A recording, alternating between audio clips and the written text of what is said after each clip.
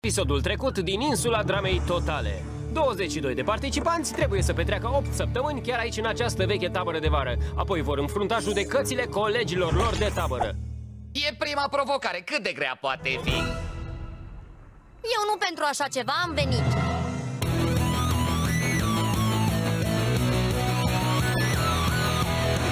Tată, mamă, sunt sănătos, la voi mă tot gândesc. Ce vreau să fiu m-ați întrebat, răspunsul azi l-ați aflat. Vreau să fiu faimos, vreau să locuiesc lângă soare. Eu voi lua câștigul cel mare. Orice pot să fac nu mă oprește nimic, cândva voi reuși.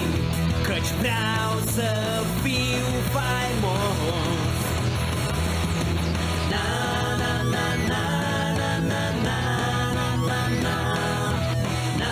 Eu vreau să fiu, eu vreau să fiu, vreau să fiu faimos. Eu vreau să fiu, eu vreau să fiu, vreau să fiu faimos. Insula dramei totale. În ordine, provocarea de azi are 3 părți. Prima sarcină este să săriți de pe această stâncă de 30 de metri în lac. Floare la ureche. Dacă priviți în jos, există 2 zone țintă. Una mai largă, fiind partea din lac pe care am umplut-o cu rechini, flămânzi de carne de om. În interior însă există o zonă de siguranță. Aceea e ținta voastră, de fapt, care aproape sigur e fără rechini. Ce-ai spus? Pentru fiecare membru al echipei care sare și supraviețuiește, veți primi câte o ladă cu materiale. În fiecare ladă sunt materiale de care aveți nevoie pentru a doua parte a provocării: construirea unui jacuzzi. Echipa care îl face mai bine va putea da o petrecere în jacuzzi diseară. Învinșii vor trimite pe cineva acasă. Să vedem! Bibani distrugători, sunteți primii! Oh, wow! Și cine vrea primul? Hei, nu tremurați, prieteni! Am auzit că de obicei internii dau probe înainte de a testa siguranța. Trebuie să verificăm probele întâi, știi asta. Arăt eu ca un intern? Nu, dar cei pe care îi aveam deja sunt în spital.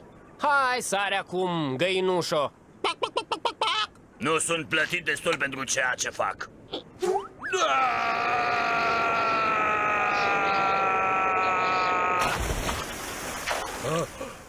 Hei! Am reușit! Am reușit, omule!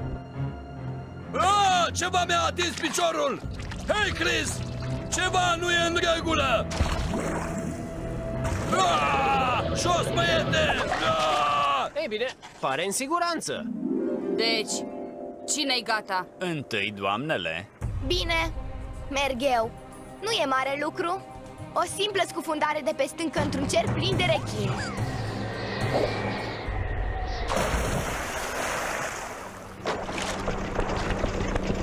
A reușit! Da, da! Eu urmez! Mamma mia! Oh! Oh! Ah! Oh!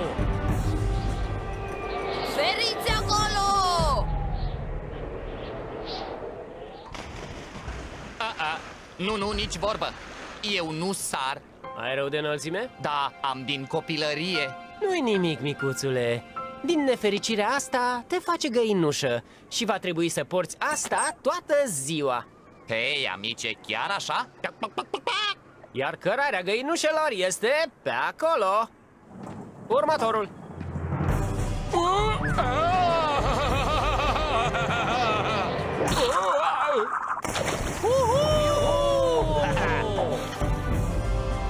Da!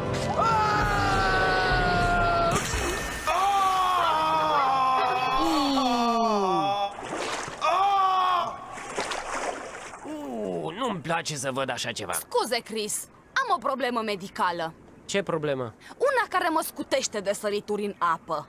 Poți fi lașă dacă vrei, dar s-ar putea ca echipa ta să fie taxată astfel, iar apoi te vor urî. Îmi asum riscul. I-am văzut pe ceilalți și nu cred că vor sări toți nouă. Bine, poftim căciula de găinușă. Acum, să vedem rezultatele. Stați așa. 8 sărituri și 2 găinușe? Lipsește cineva. Nu sar fără Katie! Noi trebuie să fim în aceeași echipă! Te rugăm! Te rugăm! Putem! Te rugăm! Putem! Fac eu schimb cu ea. Bine, fie! Veți fi ambele bibani distrugători. Easy, treci la popândăii gălăgioși. Da! E rândul vostru, fetelor. Venim, bibani distrugători! Bine, deci sunt 9 săritori și 2 găinușe. Popândăii gălăgioși, dacă îi întreceți, veți primi o căruță pe care să puneți lăzile. Drăguț! Bine, prieteni, cine e primul? Regret, nici vorbă să fac asta. De ce nu? Hei, televiziunea națională îmi voi uda părul. Glumești, nu? Dacă ea nu sare, nici eu nu sar. Oh, tu vei sări? Cine spune asta? Spun eu, nu am de gând să pierd pentru că voi aveți părul vopsit.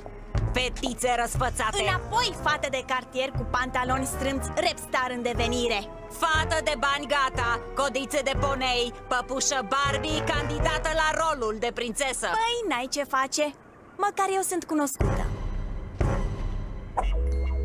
Vei sări! Convinge-mă!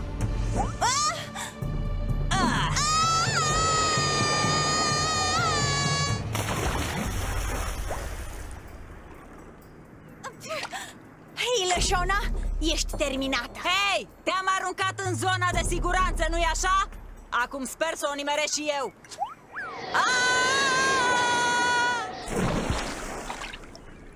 Credeam că va fi o competiție de talente, nu? Da! Nu.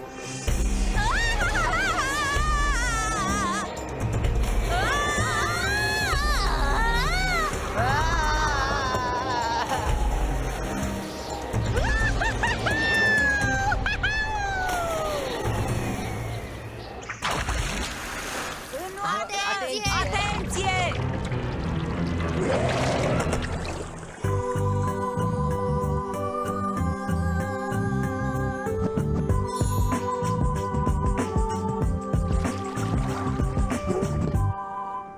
Eu? Nu pot să sar. Sunt prea speriată. Regret.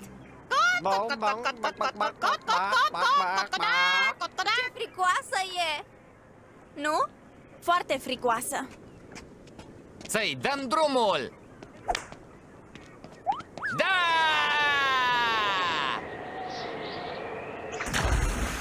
Wow!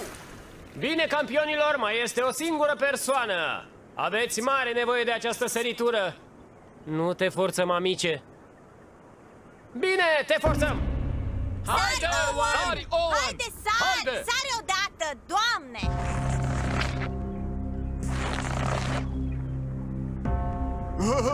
Eram agitat. Chestia e că nu prea știu să înnot bine. Mă uit la el și pur și simplu mă gândesc, nu are cum să reușească. Chiar m-am gândit, dacă sare, nu va supraviețui. Dă-i drumul, amice! Vei reuși! Am să dau colțul acum. Chiar am să dau colțul acum.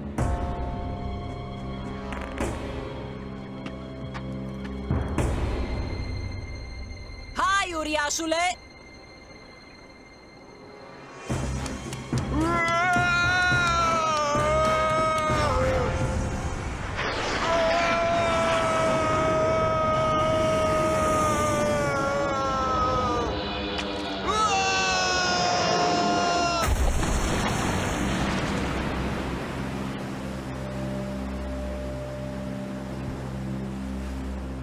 Da! Da! Oh, da! Cine e cel mai tare? Da! Câștigători! Popândăii gălăgioși! Ai fost grozav, amice! Ce s-a întâmplat? Cred că mi-am pierdut costumul. Nu, niciun caz. Nu vreau să să văd Nu asta. vreau! 9 sticle de suc pe masă, 9 sticle de suc. Una din Ele se întâmplă să cadă, 8 sticle de suc pe masă.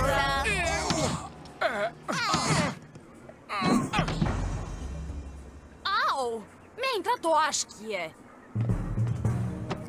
Taci și du-ți lada, găinușo. Hei! Sunt singura cu experiență în tabere. Aveți nevoie de mine. 6 sticle de suc pe masă, 6 sticle de suc. Una din ele se întâmplă să cadă, 5 sticle de suc pe masă. Îmi trebuie la baie. Mișcă-te, aproape i-am ajuns. Oh, și eu trebuie să merg. O, Doamne, și eu?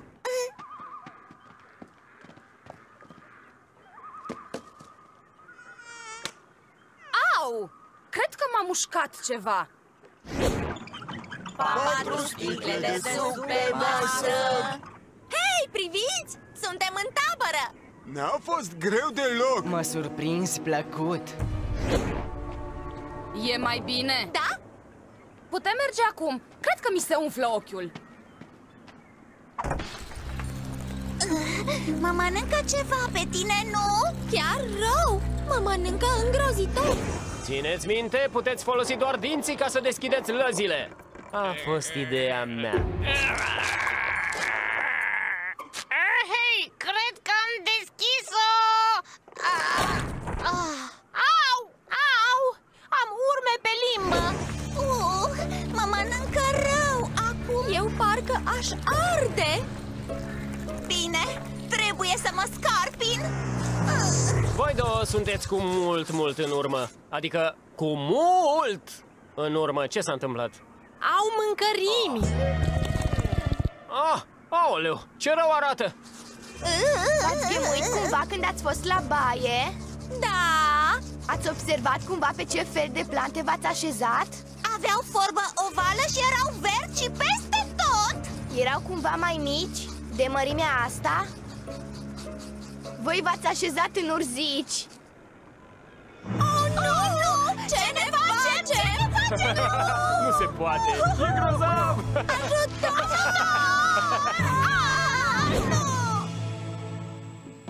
Hei, ia priviți, eu am lemn. Eu am câteva unelte și o căptușală de piscină. Voiam doar să spun că n-am vrut să spun despre tine că ești rapstar în devenire și îmi plac cerceii tăi, sunt așa drăguți. Chiar așa? Păi, dragă, îmi pare rău că te-am împins de pe stâncă. Nu-i nimic, aveam nevoie de asta. Prietene? Da, prietene! Tu chiar ai vorbit serios când ai vorbit cu Lafanda? Lășona! Oh, nu! Am să o fac zob. Și post-scriptum. Sunt cei mai urâți cercei pe care i-am văzut vreodată. Oh! Și dacă o urăști, de ce ești așa drăguță cu ea? N-ai mai văzut până acum un asemenea show. Țineți prietenii aproape și dușmanii și mai aproape. Oh! Eu sunt prietena ta, nu? Oh, da. Până acum. În sfârșit. Hei, cum merge treaba? Hei, nu vă lipsesc câteva fete?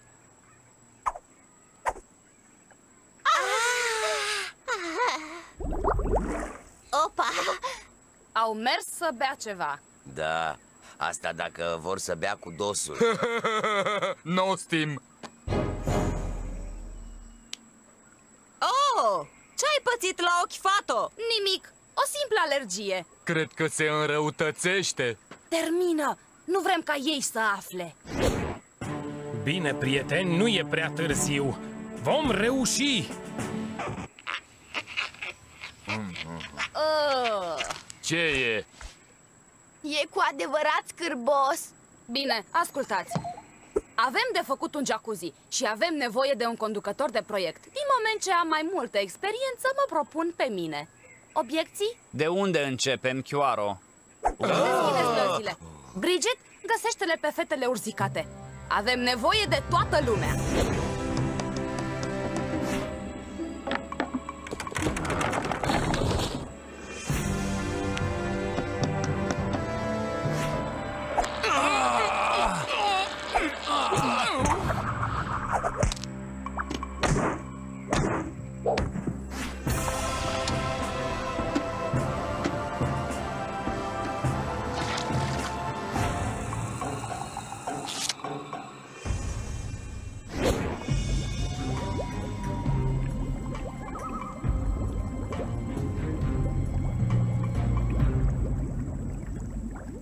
Acesta este un jacuzzi grozav.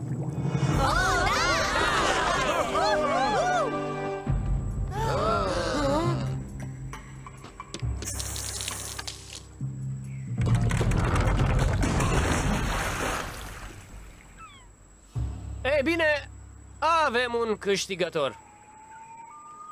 Popândăii gălăgioși! Popândăilor, nu veți fi eliminați și vă veți bucura de acest jacuzzi toată vara. Bonus! Bani distrugători, ce pot să spun? N-aș vrea să fiu ca voi. Ne vedem la focul de tabără diseară. Am câștigat! Urmează să stăm încă 3 zile aici, da! Da!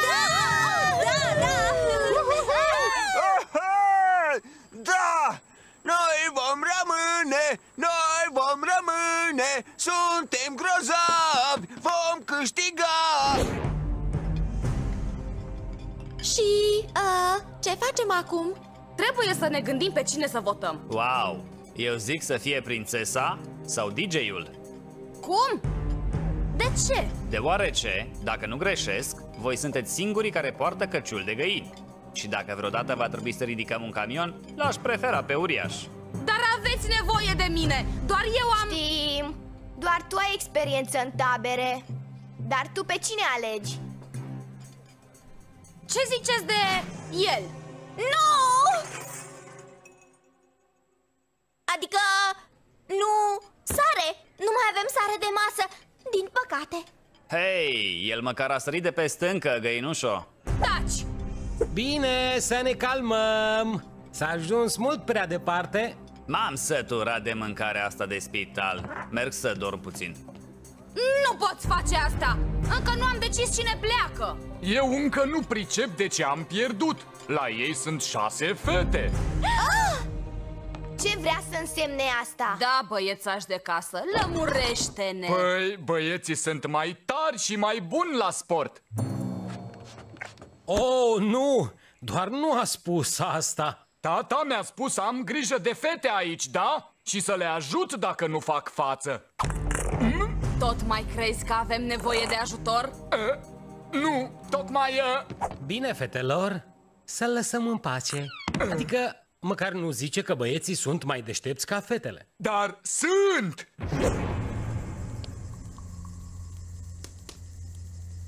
Amice, ai multe de învățat despre lumea reală. Bibani distrugători, în tabere, nalbele reprezintă un tratament delicios pe care îl primiți prăjindu-vă la foc. În această tabără, nalbele reprezintă viața. Cu toți ați votat și ați luat o decizie. Nu sunt decât 10 nalbe pe farfurie. Când vă chem, veniți și luați-vă nalba. Participantul care nu-și primește nalba se va întoarce imediat pe docul rușinii ca să prindă vaporul învinșilor. Adică ieșiți din concurs și nu vă mai întoarceți niciodată. Prima nalbă merge la Jeff. Tyler? Da! Pus la masă! Katie? Bridget? DJ? Harold? Da!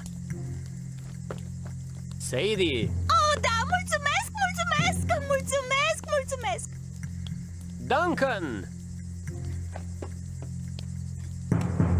Prieteni, aceasta este ultima nalbă a serii.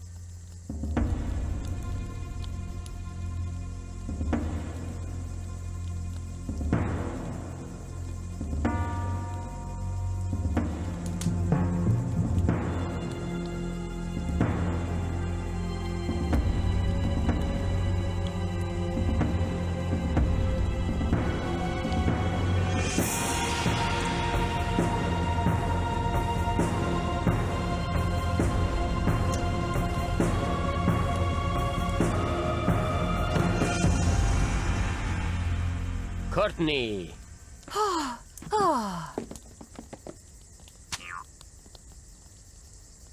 Chiar nu mă mir. Te-am văzut scobindu-te în nas, amice. Nu-i frumos. Docul rușinii e într-acolo, frate.